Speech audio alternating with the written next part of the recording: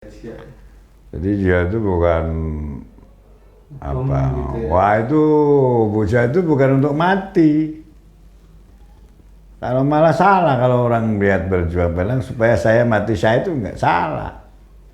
Siapa yang mau hasil jihadnya itu, ya kan?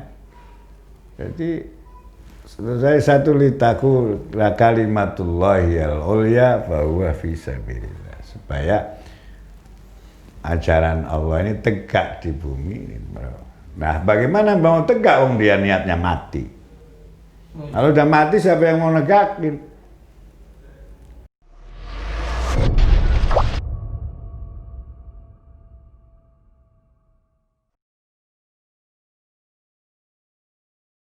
Assalamualaikum warahmatullahi wabarakatuh. Waalaikumsalam warahmatullahi wabarakatuh. Alhamdulillahilladzi qad wafaqa lil ilmi khairi khalqihi wal tuqa hatanaha qulubuhum li nahwihi famin azimi sya'nihi lam tahwihi rabbi shrah li sadri wa yassir li amri wahlul 'uqdatam min lisani yafqahu qawli.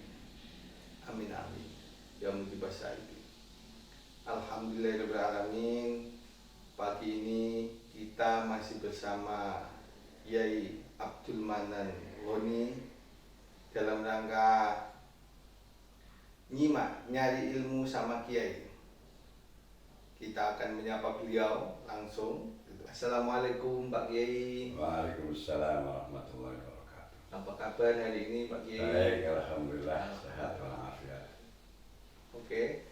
Hari ini kita akan nyimak nyari ilmu sama Kiai. Tema kali ini adalah soal Hari Pahlawan. Kita semua tahu bahwa Hari Pahlawan itu adalah momentum yang sangat berharga bagi bangsa Indonesia, juga bagi umat Islam khususnya. Karena pada tahun 1945 bulan November tanggal 10, arek-arek Surabaya, umat-umat Islam di Surabaya bahkan di berbagai daerah ikut bertempur untuk mempertahankan kemerdekaan Republik Indonesia. Kita tahu Hari Pahlawan itu begitu sangat penting karena dari situlah hari ini kita bisa menikmati, kita bisa melakukan ibadah dengan sepuas-puasnya, dengan semerdeka-merdekanya. Kita bisa bekerja tanpa dijajah oleh kolonial gitu ya.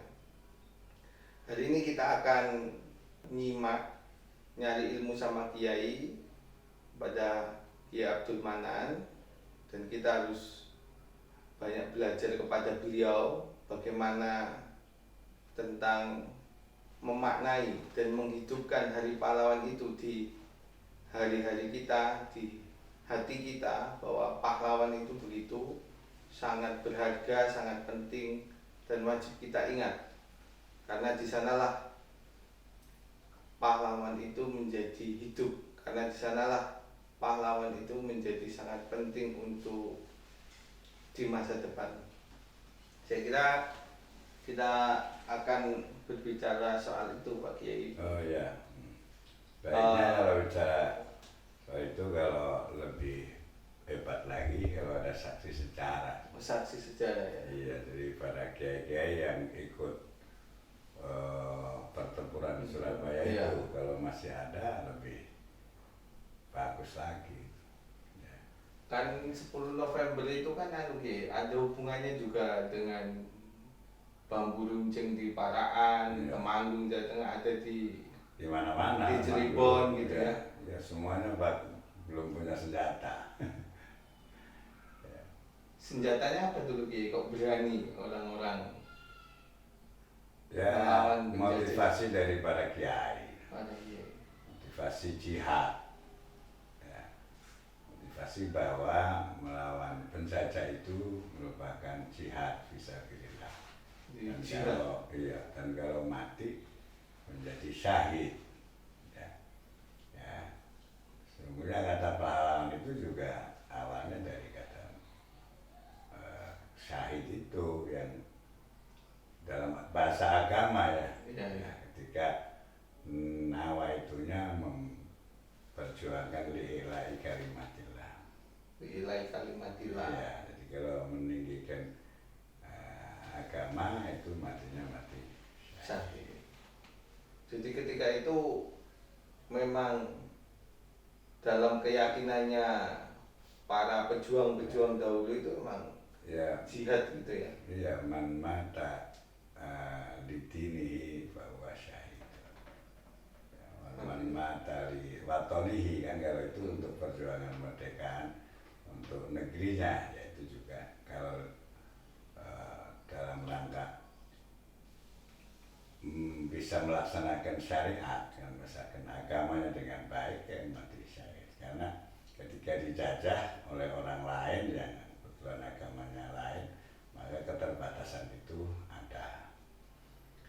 Nah, sesungguhnya kalau kita runut itu, ya diciptakannya manusia itu untuk beribadah.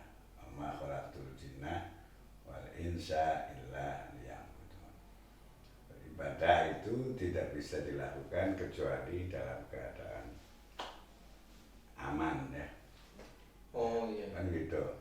Berarti keamanan negeri itu menjadi penting, menjadi syarat bagi tegaknya peribadatan. Keamanan negeri itu. Iya, keamanan negeri itu menjadi syarat, menjadi apa? Menjadi orang bisa melaksanakan ibadah dengan baik. Gitu. Kalau terjadi kekacauan, ya satu sama lain bisa berupaya menyelamatkan diri sendiri masing-masing kan gitu. Peperangan apa itu ibadahnya tidak sempurna dengan baik. Jadi pesan keamanan itu menjadi menciptakan ketentraman, keamanan itu menjadi wasailul ibadah, jadi wasilahnya ibadah. Orang bekerja ibadah kan bukan saja hanya sholat, ya. Seluruhnya pekerjaan yang mubah yang boleh apabila diniatkan dengan ibadah itu maka menjadi amal. Ibadah kepada Allah tadi gitu ya. Apakah kita bekerja ekonomi bahkan mencari nafkah itu faridotun ba'dal faridah.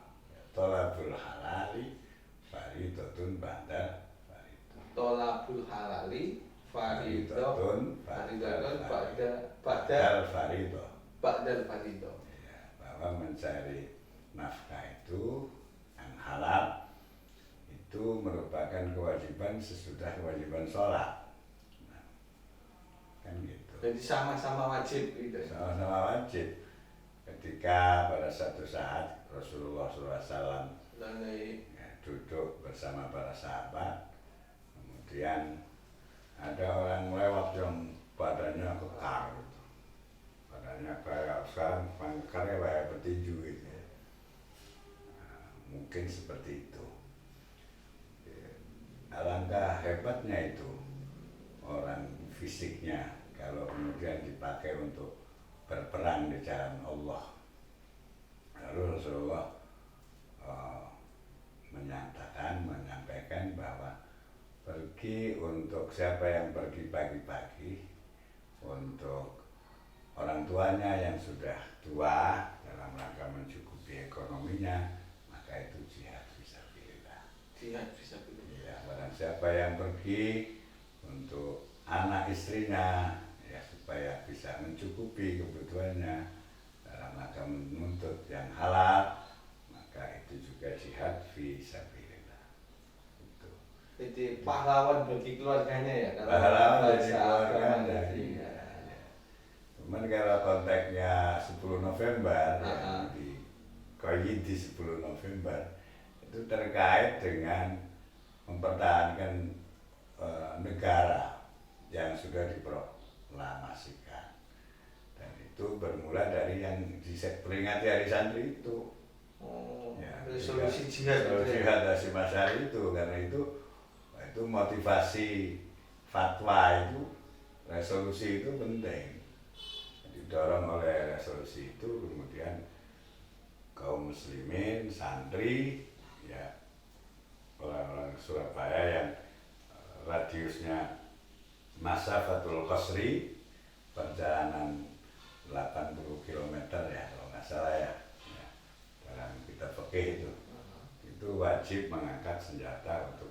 Jadi areanya dari Surabaya 80 Ya kilo wajib, gitu fardu ain itu siapa saja untuk mengangkat senjata melawan sekutu kan gitu, yang Belanda nompleng kepada sekutu untuk Ngicang.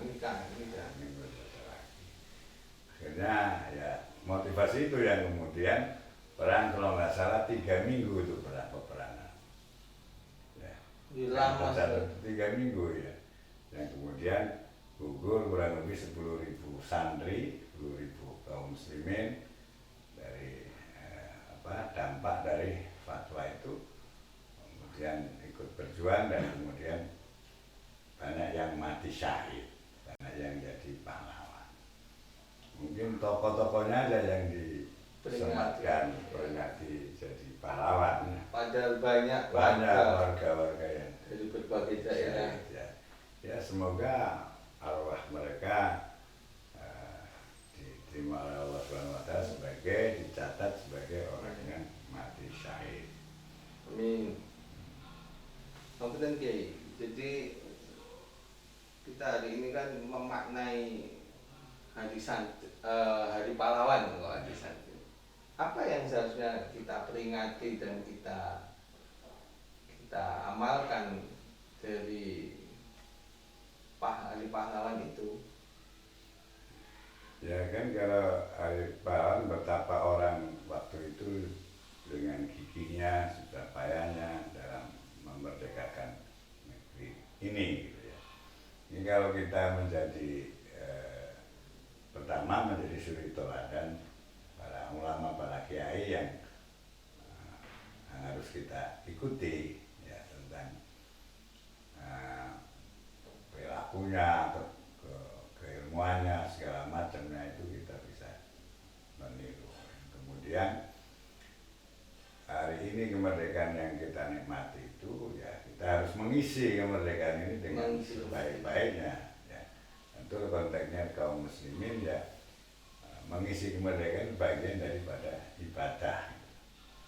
Mengisi kemerdekaan itu bagian dari ibadah ya.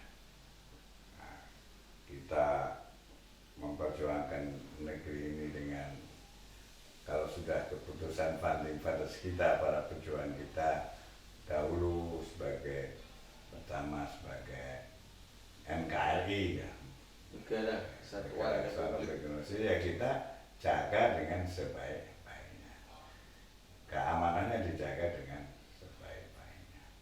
Kemudian di tempat negeri ini ya, kita harus melaksanakan ibadah dengan sebaik-baiknya, menikmati, mensyukuri kemerdekaan itu dengan berbuat baik sebaik-baiknya. Itu melakukan yang terbaik untuk negeri ini ya. Itu adalah pesan dari pendiri bangsa, para pahlawan-pahlawan meninggalkan pesan-pesan ya. Ya, bukan yang gugur yang meninggalkan pesan itu, tapi yang gugur pun meninggalkan pesan tentang semangat jihad ya, rela mengorbankan jiwa untuk kemerdekaan negeri ini. Sementara kemudian yang itu seperti para founding fathers kita yang menggagas negeri ini, kemudian ya kita hormati, kita ikuti apa yang telah dirumuskan dalam isi kemerdekaan ini. Ya. Jadi kalau soal jihad tadi kan bisa dimaknai pahlawan, bisa dimaknai sungguh-sungguh gitu kan. Kan ada tidak hanya jihad fisabilillah, dan jihad ekonomi, jihad pendidikan, jihad banyak gitu ya. Yeah. Nah, bagaimana pandangan Kiai hari ini yang kemudian istilahnya kalau kita berjihad di berbagai bidang itu untuk menjadi pahlawan itu gimana? Ya. Saya perlu dijadikan pahlawan orang-orang yang sungguh-sungguh ya. Sungguh-sungguh lillahi kalimatillah di dalam menekuni bidang keagamaan, bidang ekonomi untuk kesejahteraan umat, bidang pendidikan, ya kan sesuai dengan kebutuhan umat dalam ini. Misalnya kan kebutuhan umat itu kalau dari sisi kita kaum muslimin ya, itu ketika sudah sholat itu kan berdoa itu. Doanya Allahumma inni as'aluka salamatan fiddin. Jadi berjihad bagaimana agar umat ini selamat agamanya sampai akhir hayatnya husnul khotimah. Upaya-upaya sungguh-sungguh dalam menyelamatkan akidah, menyelamatkan syariahnya supaya bisa melaksanakan. Kemudian upaya sungguh-sungguh dalam mendirikan suri teladan akhlak yang mulia itu merupakan pahlawan, ya kan gitu, mujahid, ya, fisabilillah. Kemudian wa'afiatan fil jasad, orang yang sungguh-sungguh untuk bagaimana memikirkan kesehatan umat, gitu. Itu kan kebutuhan umat, kesehatan itu, ya, wa'afiatan fil jasad itu kan kebutuhan dasar umat. Maka orang yang sungguh-sungguh dalam bagaimana memikirkan, bagaimana berupaya untuk agar umat ini sehat, maka itu juga bisa dikatakan pahlawan kesehatan, kan gitu. Ada religiusitas, kesehatan gitu.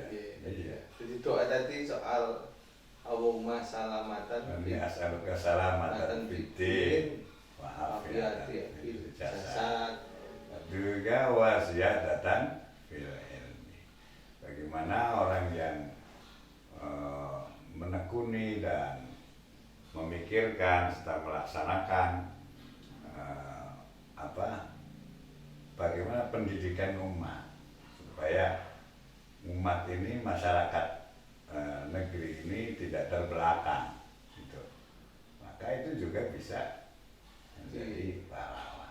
Maka ada istilah guru itu pahlawan tanpa jasa. Tanpa jasa. Ya. Ya kan kita dengar ya? Iya. Ya, karena gigi mengajar. Jadi kalau kita punya guru, baik di ulama kita, pesan kita itu pahlawan-pahlawan. Dan itu tidak perlu tercatat di lembaga negara gitu. Iya, pokoknya kita punya pahlawan sendiri-sendiri, punya guru kan. Iya.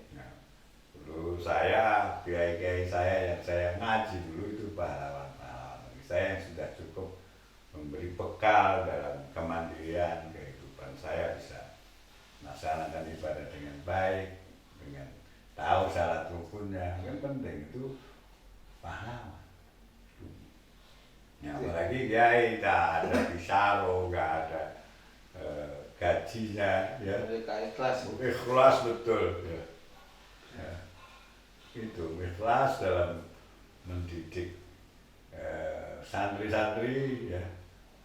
Kita nggak dibebani biaya, makanya ini makan sendiri, harus sendiri dulu saya waktu kesana gitu.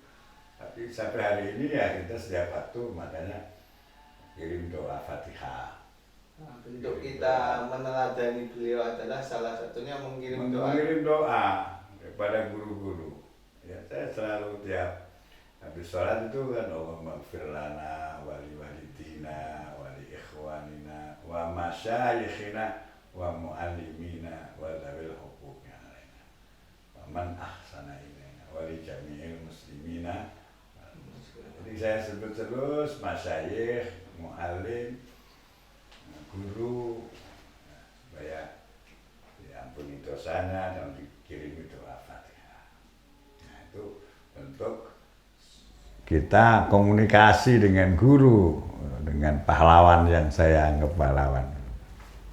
Gitu. Jadi saya kepikiran jadi ya bahwa ada gelar pahlawannya, ada formal dan non formal. Iya. Formal itu mungkin yang dilabeli oleh negara atau didedikasikan oleh negara bahwa ini adalah contoh-contoh pahlawan kita gitu. Iya. Yang kemudian yang kedua non formal ini malah lebih banyak, lebih luas, Iya. lebih ya sangat lebih mendalam gitu. Iya. Karena mereka berjasa di berbagai bidang gitu. Misalnya Pak Kiai Manan tadi, beliau salah satu pahlawannya adalah guru-guru beliau gitu, para masyayikh, dan itulah yang mengantarkan Kiai Manan menjadi salah satu ulama gitu ya. Wah, ulama. Kan Kiai itu ulama gitu. Sekarang syaratnya ulama itu apalagi kalau ngadu pidatonya Kiai Said. Gimana itu Kiai? Wah, terus memahami seluruh alat ini ya, ilmu alatnya, nahwu shorof, bahasa, ilmu tajwid, ilmu qiraah, usul fikih, mantek, ma'ani, balaghah, ilmu kalam segala macam. Wah, itu syarat ulama menurut Kiai Said itu ya. Kan di YouTube itu apa? Iya. Jangan aku ulama kalau itu nggak ngerti kan gitu. Nah saya ini baik sekali, masya Allah. Bentuk kerahan Ya, kehatian Pak ada Kiai gitu, gitu ya. ya. Kan banyak Jadi, yang anu lah. ulama di YouTube itu. Apalagi sebut alim gitu ya, masya Allah. Enggak lah, masih ya mengerti sedikit soal hasil. Ya Kan itu. di YouTube itu kan banyak yang ngaku jadi kiai, ulama, para pendakwa, khutbah apa istilahnya itu. Ya. Pendakwa Itu anu dai lah, apa show dakwah ya, yang bisa menyampaikan cara ini, kalau istilahnya Gus Bah itu show dakwah. Yang dakwah yang sebenarnya juga yang ke kampung-kampung, di daerah-daerah terpencil itu hak yang berjuang bagaimana membangun masjid, bagaimana membangun pesantren, bagaimana mengajak umat untuk bisa melaksanakan ibadah dengan baik, dengan memberikan piulang misalnya. Itu kiai-kiai kampung itu ya, menghidupkan agama di kampung-kampung itu yang justru hebat. Nah, kalau yang dai-dai itu kan lagi ya dai di televisi di mana itu kan apa namanya ya pinter bicara, pinter ngomong aja kan, ya. bicara ya. Ya. Jadi berarti sesungguhnya yang menjadi pahlawan Islam hari ini itu misalnya Kiai ya, berarti adalah orang-orang kiai-kiai kampung itu. Iya, pahlawan juga ya, mereka tanpa dibayar. Dan saya kan pergi ke daerah-daerah terpencil sana itu, alhamdulillah memang jalan sekali itu. Kiai-kiai kita itu dengan lillahi ta'ala kan dirinya dalam bidang pendidikan, memikirkan juga ekonomi umatnya, kan gitu. Nah itu di dalam doa itu ada wa barokatan fil rizki. Jadi Ya. Allahumma inni inna nas'aluka Salamatan fiddin wa afiatan fil jasad wa ziyadatan fil ilmi wa barokatan fil rizki. Jadi ada upaya-upaya orang yang sungguh-sungguh membela petani, petani supaya sekarang ini kan melawan oligarki, melawan pedagang-pedagang besar segala macam. Kiai-kiai itu mendampingi para petani, mendampingi pedagang kecil, bagaimana berupaya ada mereka punya punya penghidupan yang layak gitu ya, supaya pertaniannya dihargai. Ya, tempo hari itu ada petani tebu. Ya, asosiasi petani tebu itu ngadu ke PBNU ya, PBNU bahwa gulanya itu numpuk di gudang-gudang pabrik ya, iya. nggak ada yang beli, kata gitu. Itu ke PBNU supaya bisa mewasilahi supaya gulanya itu dibeli oleh, karena ada beberapa pengusaha swasta impor gitu. Impor, ya impor dan petani kita banyak kan gitu. Soal termasuk soal harga, soal apa gitu.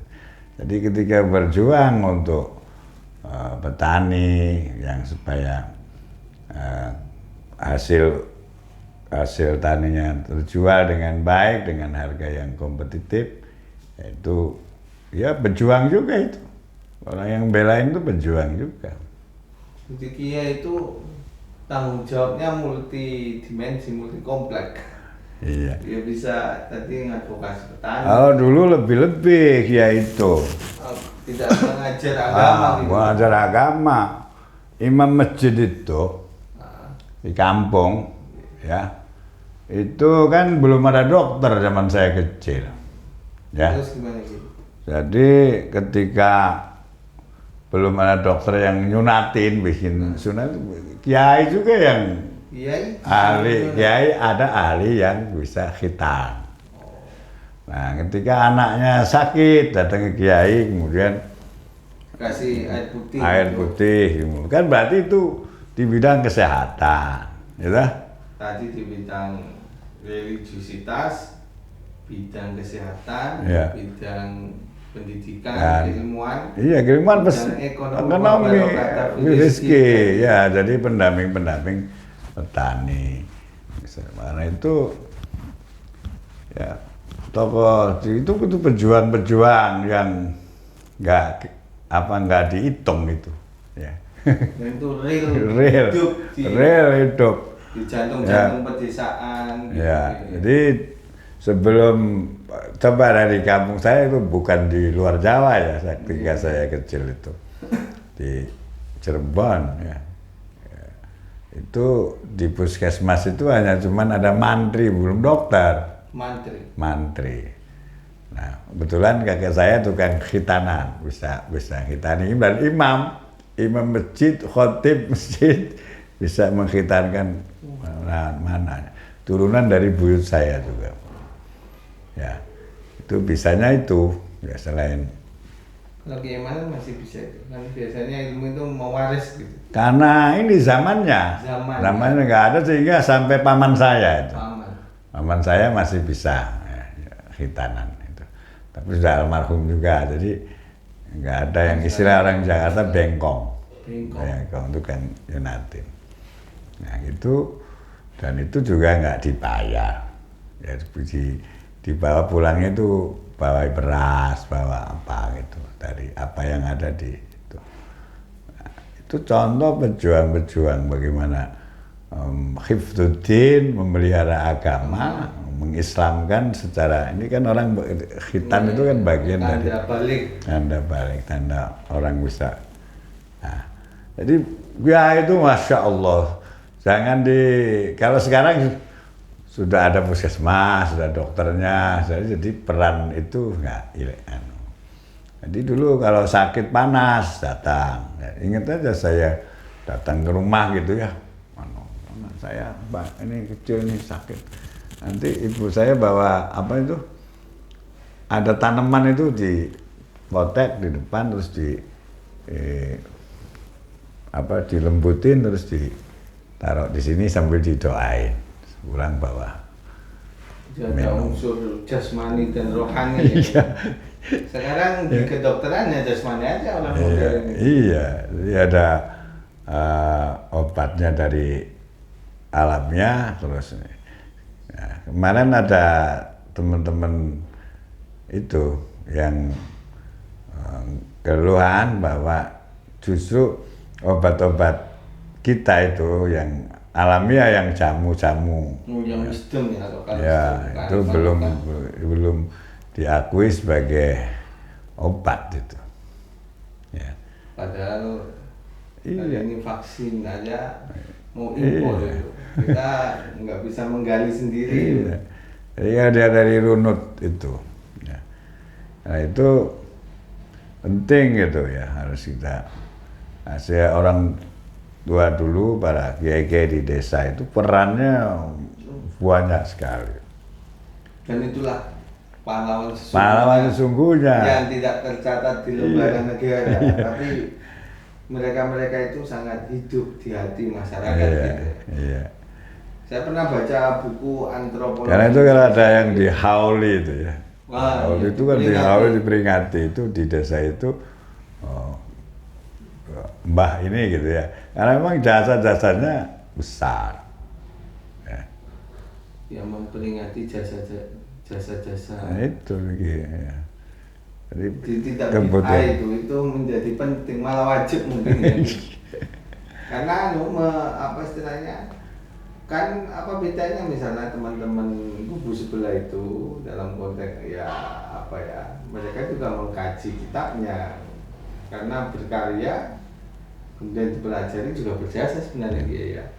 Tapi kemudian seringkali kadang tidak fair gitu untuk meletakkan bagaimana bahwa kita juga memperingati itu di sisi yang lain. Misalnya kita ada tidak hanya ritual haul memperingati event kematian tahunan, tapi juga Melati menunjukkan sebagai guru, dan guru itu pejuang. pejuang, Iya. syahid, Iya. jihad, benar, jihad. Ya. Jadi menarik, Kiai Manan tadi berbicara soal ada doa, dan itu tidak hanya sebagai ucapan saja, tapi berdoa beneran, jadi dilakukan beneran. Ya. Dan itu dilakukan oleh para kiai-kiai kita di pelosok-pelosok desa, juga di perkotaan dengan medan jihad yang lain ya. Misalnya tadi Pak Kiai Manan ngendikan soal doa Allahumma inna nas'aluka Salamatan fiddin. Nah, ini berbicara soal agama, soal religiusitas. Kemudian Kiai, Wa'afiatan fil jasad. wa'afiatan fil jasad, dan itu soal kesehatan, religiusitas, kesehatan. Lajeng Kiai, Wa'afiatan fil ilmi. ziyadatan Pendidikan. ilmi. Soal Jadi itu soal pendidikan. pendidikan, keilmuan, riset, gitu ya, penemuan-penemuan baru yang bermanfaat. Dan yang keempat, Wa barakatan fil rizki. wa barokatan fil rizki. Dan Orang yang menekuni untuk bagaimana meningkatkan ekonomian masyarakat. bayangin, ada 4. Ya pertanian, perdagangan. Nah, Gitu. jadi Karena minimal dari doa ini ada 4 unsur Kiai. iya, karena Rasulullah menganggap penting gitu ya. Nah, karena ada 9 pintu rezeki 9 pintu. itu dari perdagangan. Misalnya tis'atu a'syari rizki ummati minal bai'i wasyira. 9 pintu rezeki dari 10 pintu rezeki, 9-nya dari Dagang, perdagangan, perniagaan. Gimana Ya. Ki? Bisa dijelaskan untuk saya yang mau berusaha ini untuk berdagang gitu. Ya, Nabi sendiri kan pedagang. Oh iya, Ya, awalnya sama Sayyidah Khadijah, ya, Gitu. pedagang kan gitu. Nah, itu umatnya santri ya harus, kalau niru Nabi jadi pedagang. Harus punya jiwa. Jiwa, ya, entrepreneur. Entrepreneur. Ya. Harus bangun entrepreneurship untuk bisa menjadi pengusaha kan. Dan ini sebenarnya juga bentuk kepahlawanan. Oh iya. Ya. Gimana Kiai itu soal ya minimal kiat-kiat santri punya jiwa entrepreneur. Ya. Ya, kan ada orang itu kan yang memang dari kecil sudah punya kans untuk seorang pedagang lah. Ya. Kamu kemudian ada yang istilahnya tumbuh kembang, dia harus belajar dulu, harus. Ya, ini anu aja, saya bukan berarti saya sukses, enggak ya, tapi pendidikan dari orang tua. Orang tua itu mendidik saya terus ya, mendidik saya itu pengalaman ini cerita, mohon maaf gitu ya. Jadi kalau waktu masih SD itu sudah bisa ngejahit. Dulu tuh nggak ada yang namanya di pasar itu yang sudah jadi seperti bantal tuh, kain untuk bantal yang diisi kapuk dalamnya. Itu saya ngejahit. Ada pesanan ibu belanja di pasar bahannya, terus dipotong sama ibu, pegang gunting. Saya pengen sekolah madrasah kan pulang jam 10 itu SD, masih jam berapa itu SD, jam 10 itu kelas 4 ya. Zaman dulu itu kelas 5, kelas 6 baru sampai jam 12 ya. Berarti jam 10 saya udah di rumah, berarti kelas 4 SD itu. Ibu datang dari Cirebon, dari kota, habis belanja, terus motongin bahan untuk ini ya. Itu kamu jahit tuh pesanannya ibu itu ya, 6 biji. Nanti antarkan baru namanya kamu dapat jajan. Jadi untuk mendapatkan jajan itu harus kerja dulu ya. Jadi udah dididik mentalnya dari kelas 4 SD. Kelas 4 SD. Ya, jangan jahit. Bisa saya jahit tuh. Nah, pedagang itu harus berani. Ya, jadi coba, jangan harus itu dimulai kecil, mengantarkan barang, gitu kan. Nanti ya uang mukanya diminta itu, diminta uang muka itu. DP lah. DP-nya. Jadi kalau itu kan DP minta, nanti dari situlah kamu dapat jajan. Jajannya nggak banyak, RM1 itu. Oh, masih RM1. Mas ringgit itu, atau RM5 ya, Rp5. RM5. Zaman saya kecil. Nah, jadi itu contoh-contoh ya pendidikan orang tua pada dagang itu juga ada warisan dari orang tua ya, skillnya pedagang. Kalau nggak pagi kan petani juga itu tolong hitung pegawai yang sedang itu di sana itu berapa orang yang sedang ngoyos gitu, yang sedang nyabuti rumput di sawah gitu kan. Maton ya, yang maton udah berapa. Naik sepeda saya sawah, hitung. Ya. Tanahnya berapa hektar gitu? Ya nggak banyak, cuman kalau nggak salah 3 hektar. Itu sudah menghidupkan pertanian. Ya, jadi punya buruh yang buruh lepas, buruh. Siapa yang mau kerja besok? Ini. Nah, coba pada datang nggak gitu kan? Nah, kenapa? Ibu menyiapkan makannya. Nah, sudah. Kalau hari libur, sampai harus nganter makan itu untuk. Nah, jadi untuk para para buruh tani itu ya. Nah, kalau habis ngitung itu saya mandi segala macam, karena tidurnya di musola ya, baru pergi sekolah. Jadi memang dahulu diisi dengan selain mengasah skill Ya. juga. Jadi akhirnya saya nggak tertarik jadi pegawai itu. Tidak tertarik. Tertarik. Ya. Begini kalau lagi ketemu. Pegawai juga buruh. Iya. Jadi pegawai. Pegawai itu buruh, karyawan itu buruh. Jadi saya dididik jadi pengusaha, bekal dari orang tua itu semangat itu. Jadi perlu pendidikan membiasakan melakukan hal-hal yang kecil-kecil seperti itu. Menurut saya bukan kecil, hebat. Saya itu membekas sekali. Asar punya asar. Ya, jadi kemandirian itu harus dibangun dari kecil. Ya itu. Kemudian apalagi habis itu nyantri ya. Habis itu nyantri mandiri kan lagi. Otomatis menjadi mandiri. Ya, jadi kan saya ada lagi ketemu di Jakarta, ketemu orang pengusaha ya. Dek gitu kan. Masih lagi belajar itu. Kamu pengen orang yang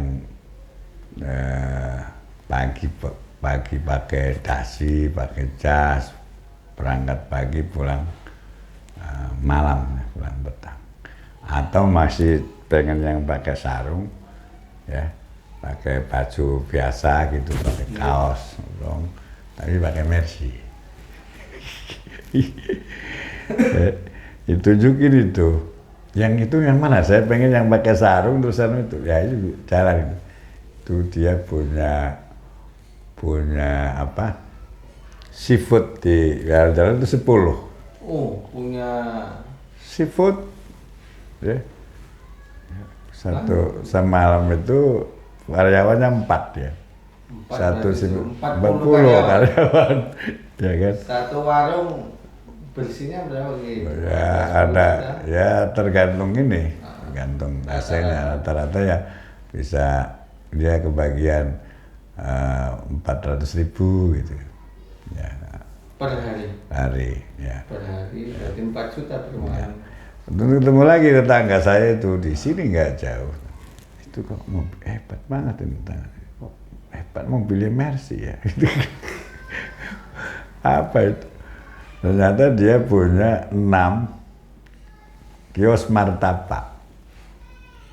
Ya, kios martabak. Di Singsangan, di Klender, di mana gitu ya. Kuliner itu ya. Ya, kuliner. Dan itu dia 200.000 malam sehari. 200.000 kali Kali 60 ya. 1 juta 6 juta ya. Kali 30 hari.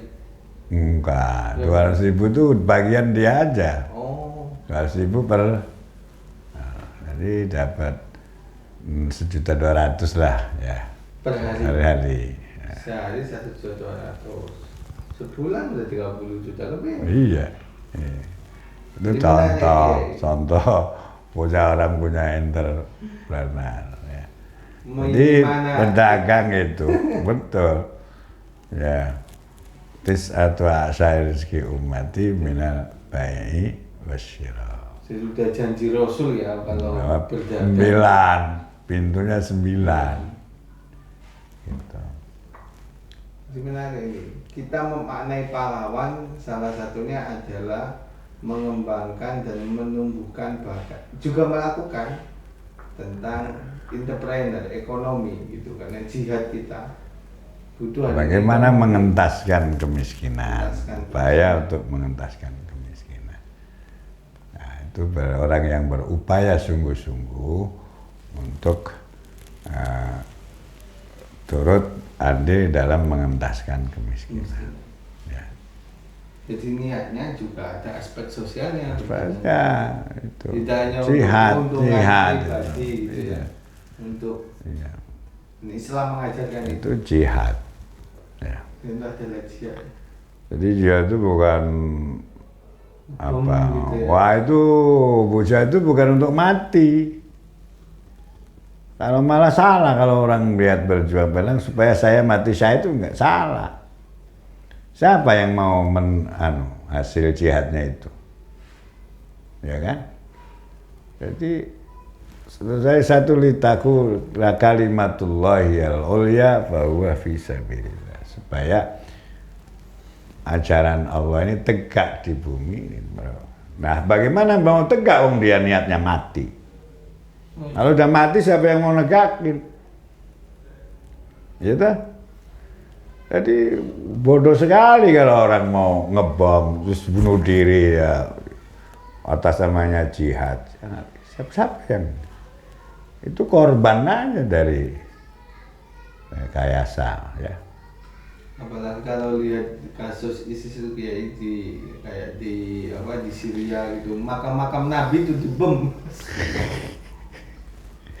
Gimana? Entah itu situs atau makbaronya Nabi itu asli atau tidak, tapi kan minimal itu menandai gitu. Ya, tazkirah. Dibom gitu. Ya. Ampun. Jadi hari ini kita banyak itu ya, punya banyak cakrawala pengetahuan dari Kiai Manan soal memaknai pahlawan itu sangat luas.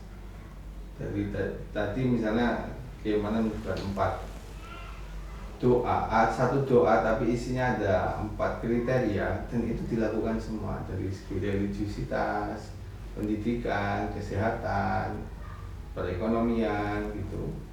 Dan juga Kiai Manan memaknai punya pesan-pesan soal pentingnya untuk menumbuh kembangkan perekonomian, menumbuhkan sifat dan jiwa entrepreneur di kalangan santri untuk mengentaskan kemiskinan. Jadi tidak hanya untuk memperkaya diri sendiri, tapi juga untuk mengentaskan kemiskinan dia. Saya kira itu dari. Jadi orang itu harus berani memulai dari kecil. Ya, sukses itu kalau orang itu sukses itu ekonominya maju itu kan nunggu waktu. Yang penting dari kecil itu punya modal kemauan yang mentalitas itu. Besar kecil anunya tuh nunggu waktu, ketekunan, ya. Ketekunan, doa, ya kalau santri ya ada zahir batin ikhtiarnya itu. Nah. Dan itu yang tidak banyak dimiliki antara zahir batin tadi ya. Kadang kita walaupun jadi mungkin pengusaha besar gitu, tapi resah hatinya gitu ya. Karena batinnya tadi tidak di. Minum dulu. Saya mau minum dulu. Bismillahirrahmanirrahim. Kalau sama Kiai kan harus Kiai itu yang minum.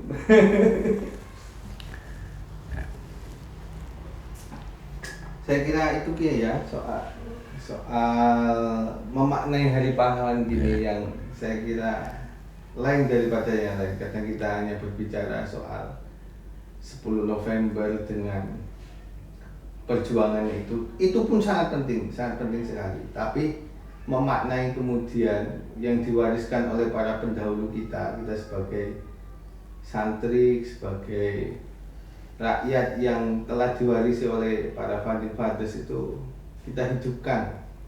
Bagaimana kita menjadi seorang warga negara yang baik, yang sungguh-sungguh, yang taat aturan Kiai, biar keamanan negeri terjaga.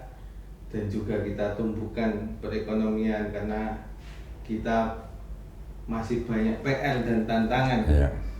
Dan kita harus banyak belajar kepada para kiai karena sesungguhnya yang jadi pahlawan itu adalah kiai, dan mereka hidup di sekeliling kita, di desa-desa, juga di perkantoran, di instansi banyak itu kiai juga hidup di sana.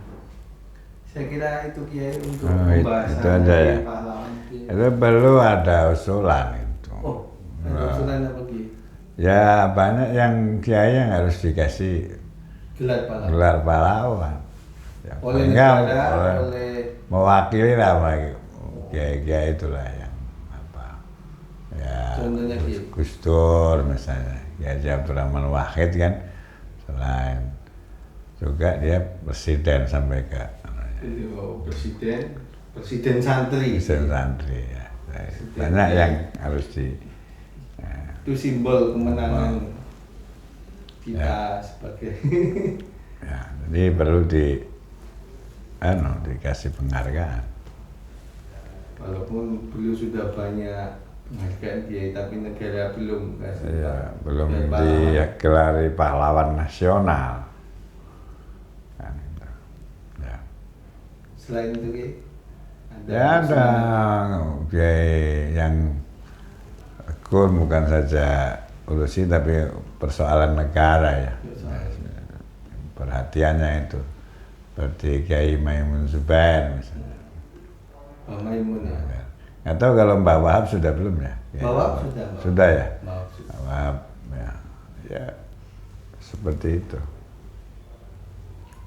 Saya kira itu Kiai. Ya, matur nuwun. Apunten, saya undur diri dari Kiai. Saya akan menutup acara ini Kiai. Jadi apabila ada kekurangan ucap kata atau sikap dan tata laku perilaku, saya mohon maaf Kiai. Ya. Saya undur diri. Saya akan menutup acara nyimak kali ini. Bincang kali ini kita istilahnya sangat berkesan sekali karena Hari Pahlawan itu sangat penting bagi hidup kita. Karena dari situ kita bisa punya makna syukur, kita bisa punya makna melanjutkan kontinuitas lumintu terhadap apa yang diwariskan oleh para pendahulu kita yang para mulia itu. Saya kira itu dari program nyimak kali ini tentang Hari Pahlawan. Wallahul muwaffiq ila aqwamit thoriq. Assalamualaikum warahmatullahi wabarakatuh. Waalaikumsalam.